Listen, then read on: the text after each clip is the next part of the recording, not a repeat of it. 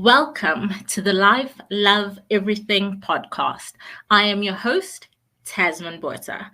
Today's episode is about schooling for children with special educational needs. So, your child has been diagnosed with special needs, and now you have to start the process of finding a school. Where do you start? What do you do?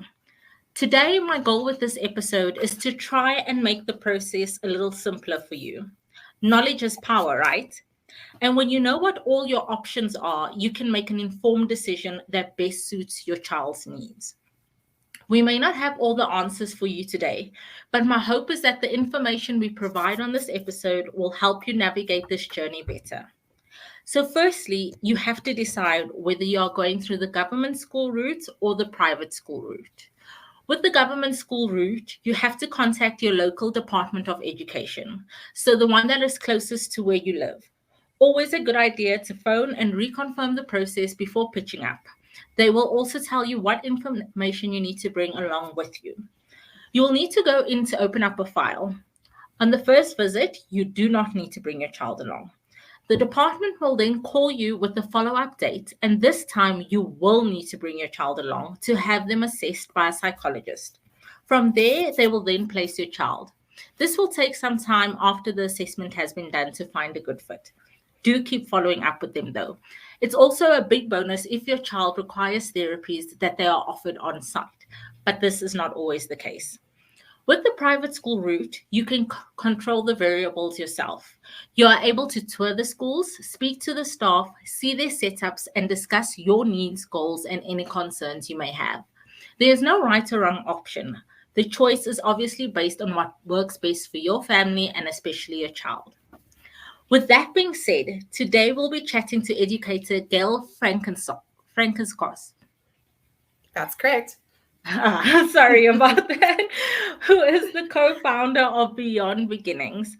Beyond Beginnings is a learning center that focuses on general learning difficulties, dyslexia and ADHD, speech delays, anxiety, high functioning autism, homeschooling assessments and tutoring. They cater for children from grade R until grade 6. Their aim is to bridge the gap and facilitate a positive learning environment for learners with more specific educational needs. And it is done by using Individualized Education Programs, or IEPs for short, and boosting their foundational knowledge by offering unique teaching tools, techniques, and methods to best suit each child. So, welcome, Gail, and thank you so much for joining me today. And apologies about the surname pronunciation. No, not at all. It's an absolute honor to join you and speak about something that's really close to my heart. I think it's such an important topic, and as has been in my journey, something that I didn't know that I would need, and I found myself searching for answers. So I'm so glad that we have you here in order to help us. Finding the perfect fit school for my child was quite the exercise. And it has never been my wish that my child is put in a box, as I'm sure is with any parent, or Yes. forced into a schooling system that wouldn't understand his individuality and uniqueness. And I'm sure all special needs parents feel the same way. For sure. So, if a doctor or a parent or the school has identified an issue pertaining to a child's learning and requiring individual attention, where would you suggest they start? Let's start with before starting formal school, so preschool stage, and then also if it is picked up when the child is already in school. Okay, so if we're talking preschool, so generally with our preschools, we don't always have qualified teachers in all of our preschools. So it is possible that things may be missed in a preschool setting, in which case it would possibly only be picked up later. But if you are fortunate enough to have whatever issue picked up in preschool in the very young years, that will bode very well for the future, because early intervention really is key. As cliched as that sounds, early intervention makes a huge difference. our foundational skills of our children are really so important, because that's what they develop on through their schooling. So if they miss out on quality preschool years, the chances are fairly strong that they will fall behind going into our foundation phase in a formal school. So if you are lucky enough to have the ability to afford early intervention because you know about it in the early years, that is definitely going to be of huge benefit to your child. Depending on what the challenges are, whether it's, for example, a speech delay, we of course want to go to a speech therapist. If it's a sensory processing issue, we would want to go to an OT. If it's emotional or behavioral, they might suggest play therapy. It really does depend on each child. But if you are stuck as a parent and you're not sure which route to go, and it also pertains to the older years when they hit primary school. If you are not sure and you're not sure which therapy needs to be taken or what the issue is, a really good place to start is with an educational psychologist. And although they can't really do assessments when the child is very, very young, they will be able to guide you.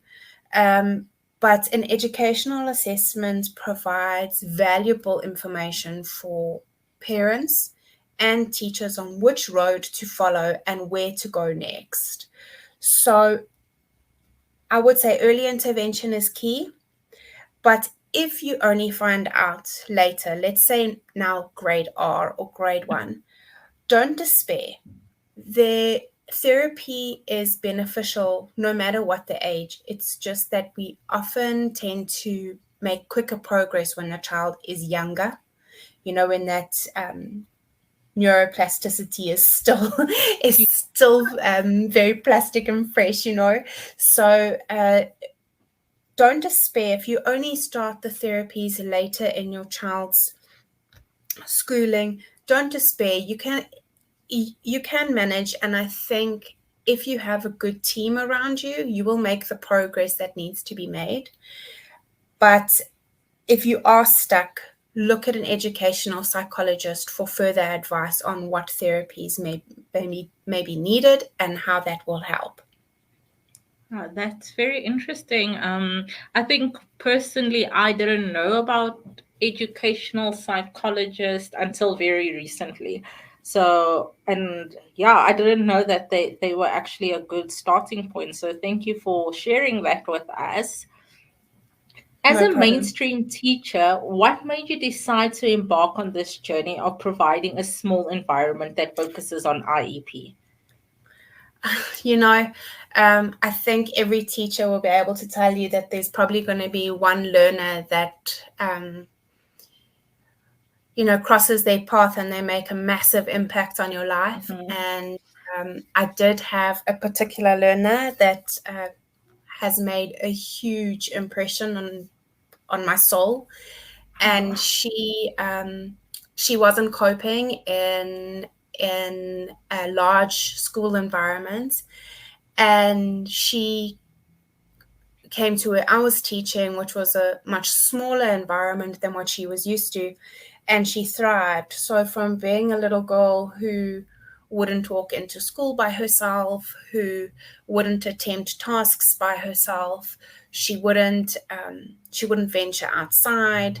She became a little girl who would joke and play and laugh, and that for me was because she was accepted for who she was, and we embraced her strengths and worked on her weaknesses or challenges, what she found difficult. And by working on her strengths, she got an increased self-esteem. She felt better about herself, which gave her the confidence to tackle things that were challenging for her.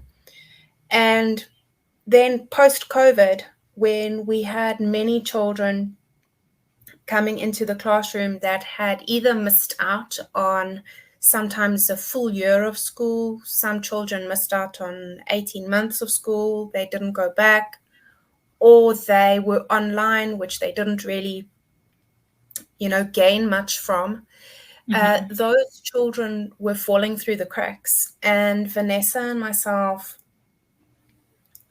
started chatting and, trying to understand what we could do as mainstream teachers in a mainstream class where children were coming from all different backgrounds, and they all had to meet the same criteria. But how in a big class do you meet those needs, where you're very governed by what you have to achieve in a particular week or term, etc., etc. And Vanessa and I spent a lot of time collaborating on what could we do in the classroom to benefit these children that had fundamental gaps in their learning, mainly due to COVID at that time. And I think we both started to feel quite despondent with being in a classroom where we knew children were falling through the cracks, and we didn't have the capacity in our day to fill those gaps. Yeah. And that's led to this journey of Beyond Beginnings and trying to be the teachers we want to be in terms of helping children that have, a need that may not be able to be fulfilled in your school that's down the road from you. So that's how we landed where we did. Oh, wow. I think you've explained to us pretty much what IEP is, with the story that you told us and how it can be helpful to a learner. I mean, I think we were brought up to believe that education is linear, and Yes. obviously we are seeing that it isn't. I mean, I myself, it took me having a child with special needs to see that that is not the way that it works, and that there are different ways that you can be taught. And it's just not one structure. Not one structure works for everybody, because us as people, we aren't linear. Neither Absolutely. are kids. And I'm so glad to see that places like yours do exist, and they are becoming the norm now as opposed to the exception. So that is awesome. Do all special needs school offer IEP? So it's really going to be dependent on the school and the streams they have within a grade. You might find that they have a class that a few children are on a similar level, in which case it may not be an IEP for a specific child, but it might be an IEP for a group of children.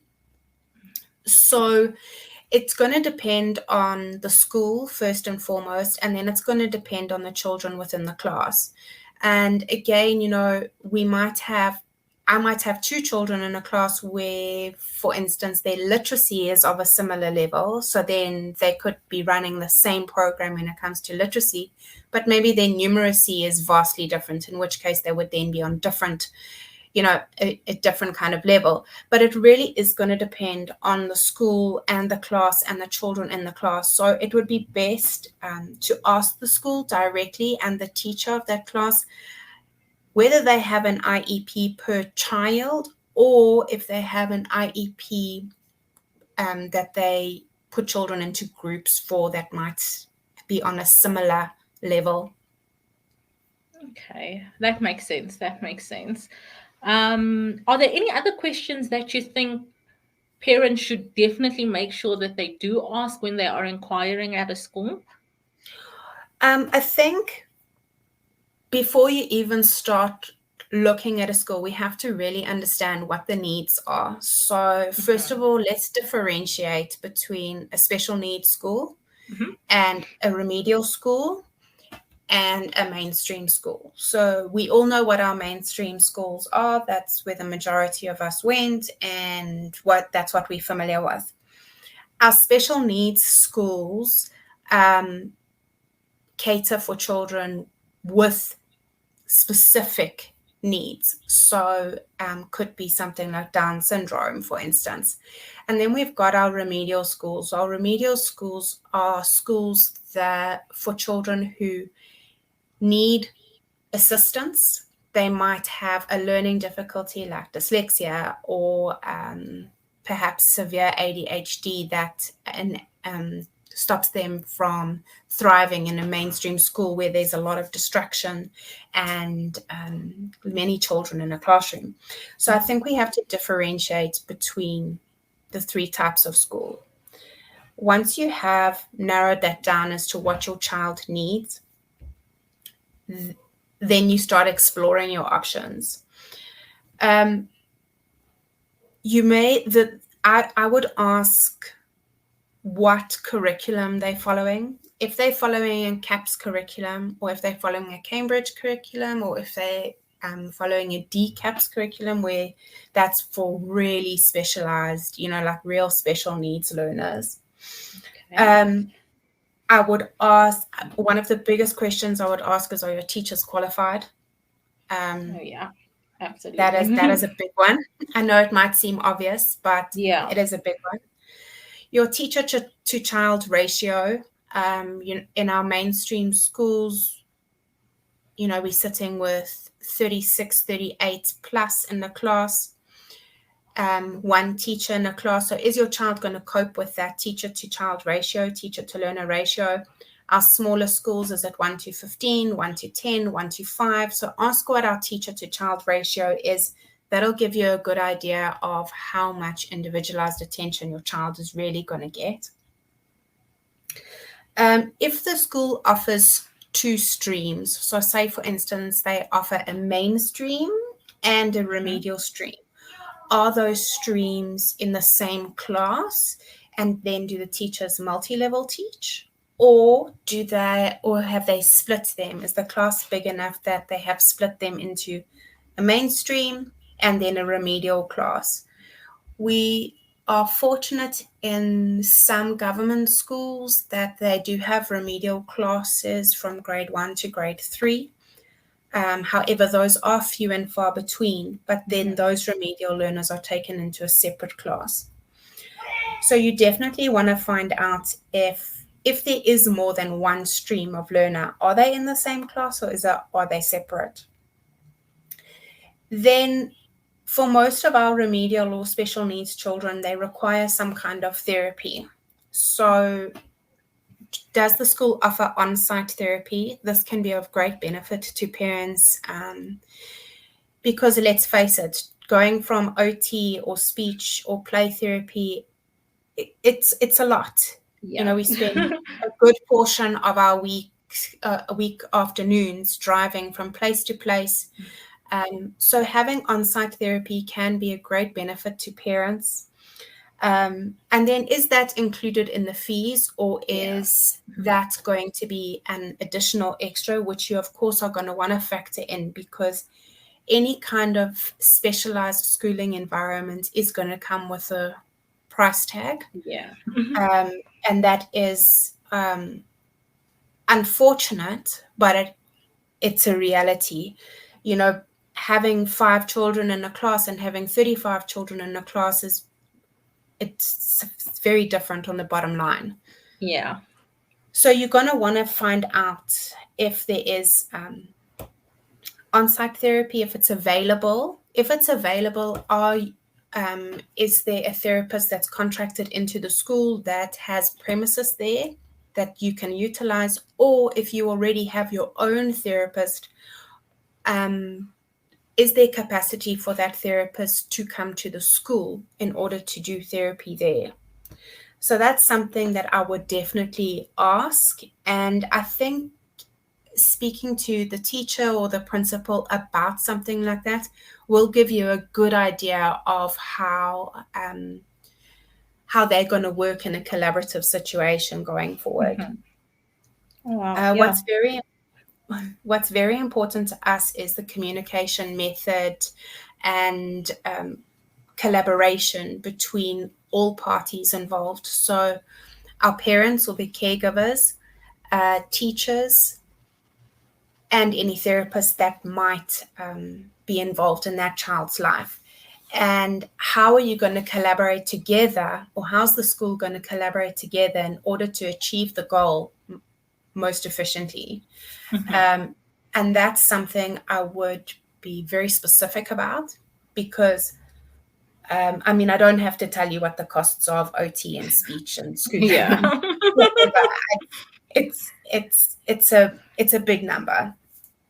And we, of course, want our children to meet whatever goal it is as quickly and as efficiently as possible. But if we're all working, we've got this silo effect. So the speech therapist is doing one thing and she has her goal, and our OT is doing her thing and she's working towards her own goal, and the teachers are working to their goal, and the parents is trying to get feedback from this therapist and that therapist, and then liaise back to the teacher. And sometimes things get lost in translation, and Absolutely.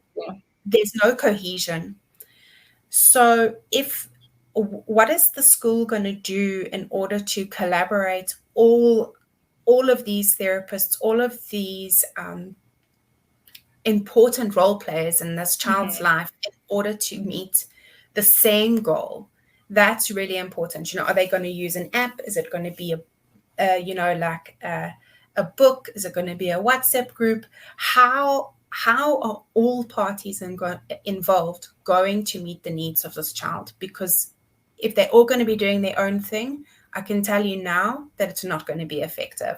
So you really want to get it as cohesive as possible. Wow.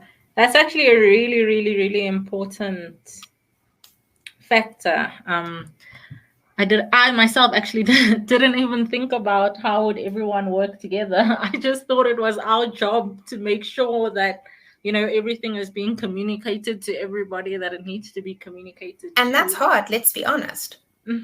Absolutely, it really, really is. My life is lived on scheduling and notes, and so that I can carry it over from the one person to the next person. So I like the idea of having a WhatsApp group or something like that where everybody can communicate together. It does make your life so much easier, and it's quicker as well. If for example, if I have a child who's going to OT and the OT suggests a visual schedule, for instance. So a visual schedule would be maybe on the wall, and he or she knows we're going to do English first, and then we're going to do maths, and then it'll be lunchtime, and after lunch we're going to do some life skills, for instance. He or she will know that that's the plan for the day, and that could reduce anxiety, for instance. But now say it's not working. It's far easier for me to quickly put on the group, we've been doing the visual schedule for the past week or so. We're not having much luck with it. Do you have any other suggestions, or can we try something else? Something like that, as opposed to me now saying to Mom, I know the OT suggested this, which Mom would have told me, like, say, maybe 2 weeks ago, and then I've implemented it, and then, it goes back, then you wait for the next OT session.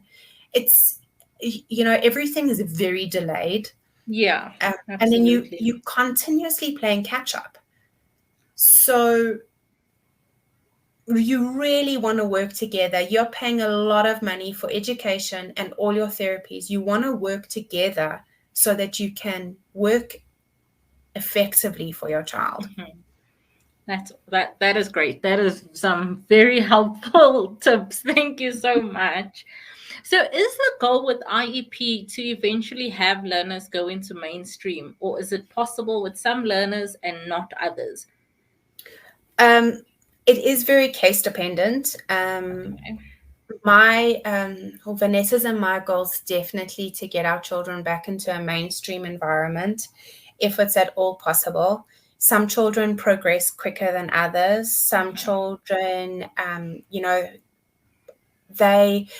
maybe they could cope in a mainstream environment, but they have severe anxiety, in which case, we've got to work on the root cause of anxiety, obviously with their therapists, in order to get them to a place where they feel confident to go back into mainstream. But also, I think we have to be very realistic. Yeah. And I would hate for parents to be like, oh, okay, well, this is a stopgap. We will get to mainstream, Yes, if that's your goal, then we will work towards that goal. But let's be realistic. Yes. Let's not put our children under more pressure than that they already are under. And by that, I'm not saying give them the easy way out. I'm saying give them the opportunity to meet their goals in a realistic time frame. That's all. Yeah. So while it may be a year intervention program, say for some children, it may not be for others. Some children are going to show massive progress in the first 2-3 months of one-on-one learning. Some children are not, and that's okay. We don't have to. It's not a race. We want our children to be happy, and we want our children to feel that they are successful. We want our children to feel good about themselves. And that's not going to be the case if we are continuously looking for the next thing. Let's give them the time to achieve what they need to achieve in their own way. And that absolutely makes sense. And it makes me think about, life after school.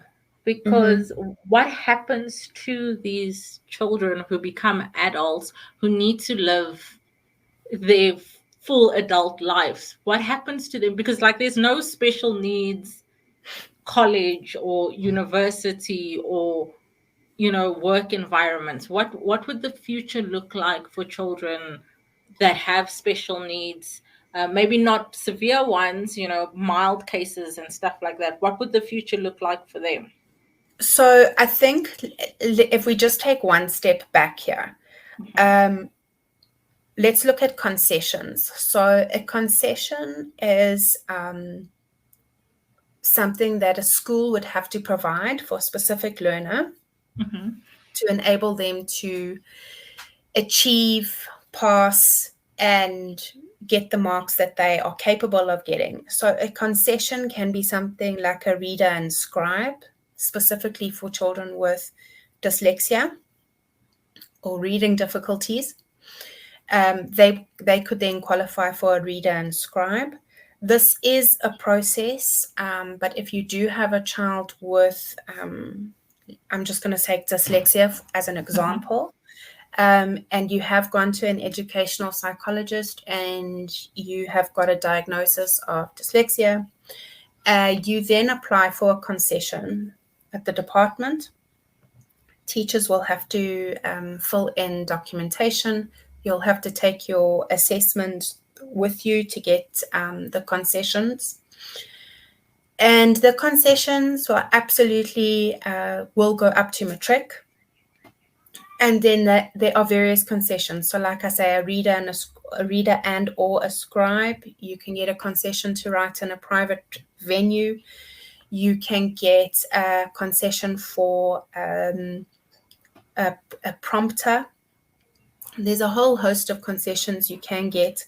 And I would hate for parents to feel that, okay, it's only maybe foundation phase or only primary school. I've had a parent this week that thought it was only primary school that their child would be allowed to do their exams verbally as opposed to written.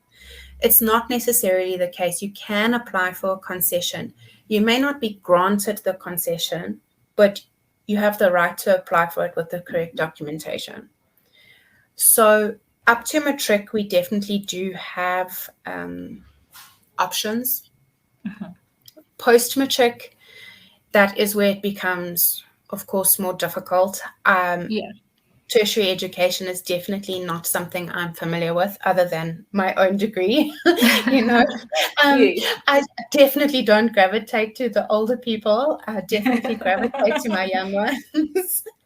They're far more innocent and beautiful individuals with beautiful souls than the adults on this planet. But up until matric, there are definitely there's definitely scope for concessions for children with either mild learning difficulties or the more severe ones. That's great to know. I absolutely did not know that there was such a thing as a concession. So thank you for telling us about that. Sure. There is such a stigma, though, around children needing to go to special needs school. And unfortunately, especially in communities of color. You know, if there's something different about your child, you are taught to hide them or be ashamed of them. And a lot of the time, you're ridiculed and ostracized. Children are called names because they go to a certain school that is different to mainstream. So, what would your advice be to parents of differently abled children? And then, what would your advice be to society at large? You know, what ways can we better support children that are differently able as well as their parents? You know, this is such a it's such a tough one, but it's also one that's so it makes me feel quite emotional and quite angry. I'm not going to lie to you, because, you know, as much as a parent, we don't want our child to feel that they are different. Yeah, different, absolutely. To others, and we don't want our child who possibly is different to be exposed to the negative comments of other people. Absolutely. And unfortunately, that is a fact. We live in sometimes a nasty world, and our children or people who are different are called names. And as much as we as parents, we want to shield them from that, I think hiding our children and keeping them away from that, you know, the possible negativity might actually be worse and could potentially be fueling the stigma. Because if people are not exposed to children or other people who are different, we are only creating a bigger problem, in that when they do see somebody who is different, it's going to be even more of this like gawking, you know, what's wrong with them, what school do they go to, etc., etc. And that's really upsetting. And perhaps as parents, you know, we have to hold a little bit of accountability there, because we're trying to shield them all the time. And by shielding them, we're also shielding other people from exposure to others that are different. So I think if we have the courage not to hide, I think that would go a long way in possibly acceptance, encouraging others to accept people that are different. But, you know, as a life skill for our children who are different, I mean, they are going to be exposed to nastiness. It's unfortunate and it's not fair, but we also need to give them the skills to cope with that, and the skills to answer questions that they may be faced with later in life. And I think by us as parents being there in that situation with them, offering them the support and guidance of how to answer the question, we are only going to be supporting them, even though we're probably going to go to bed and cry about it. Yeah. We are giving them the support that they need in that moment. But so often we see parents who think or who say, he can't do it or she can't do it. That's so true. I'm so guilty of that. Yeah, and you know what? Sometimes we are saying they can't do it, but when we are saying they can't do it, we haven't afforded them the opportunity to try and do it. So, oh no, he can't tie his shoelaces. Okay, have you given him the opportunity to tie his shoelaces? So what if it's a mess? So what if he doesn't do it? But you know, maybe one day he might be able to make a knot.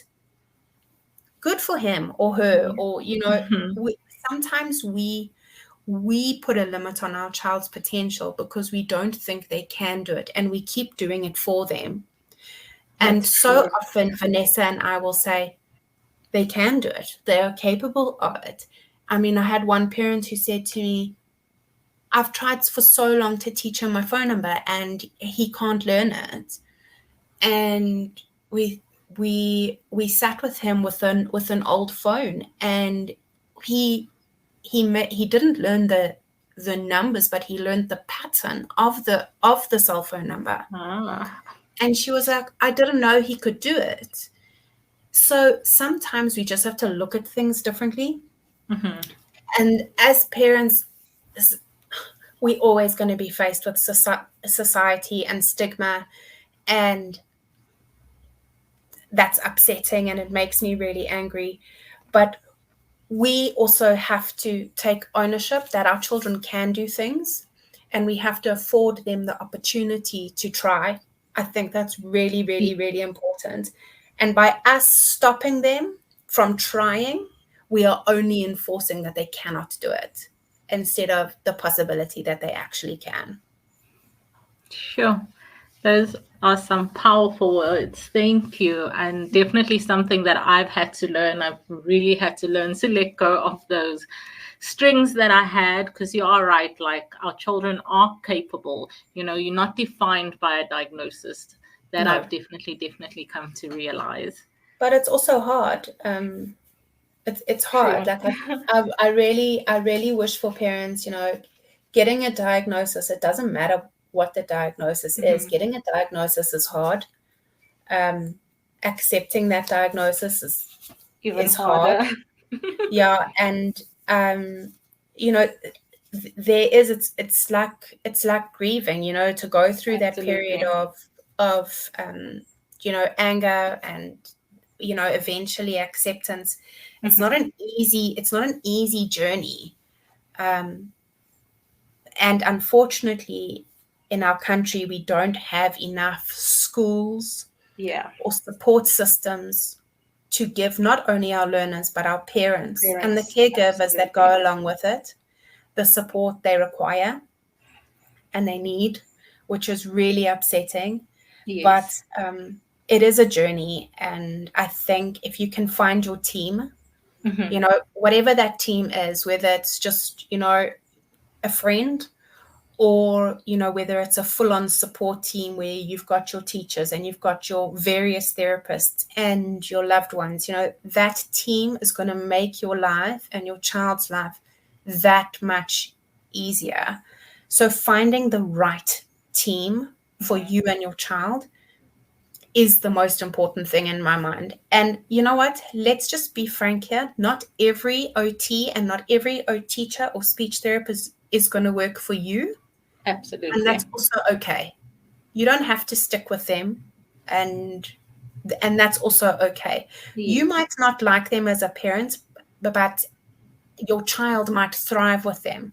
And that's also a hard one.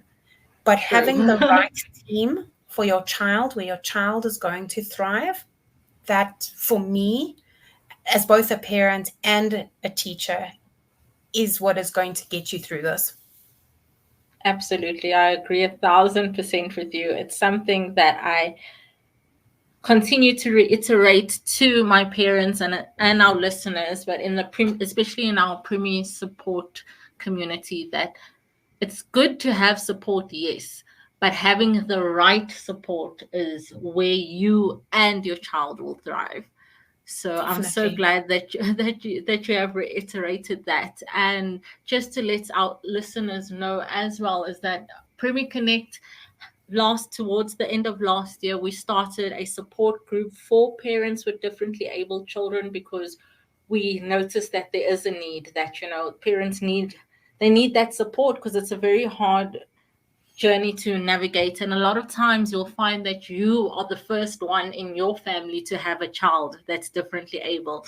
And so yes. You carrying the burden of being the first and not having someone else who you can turn to ask questions, who can guide you, and so now we've created this little community. So please do reach out. You can get a hold of us on our social media if you are looking for a support group for parents of differently able children. I think that's so great. Thank you the so more much. support the more support that's out there, the better. And with the more support groups, will inevitably decrease stigma because people will feel more confident. So I think what an amazing initiative. Well done. Thank you so very much. And thank you for coming on here today and sharing so much a wealth of knowledge with us and our listeners. And I think this is a very great topic, and I'm sure it's one that we'll continue to navigate as we continue on this journey. Let our listeners know where they can find you, where they can get a hold of you, where your school is based for those that are in the Johannesburg area. So we are based in Edenvale. So we are in Edenvale, Johannesburg.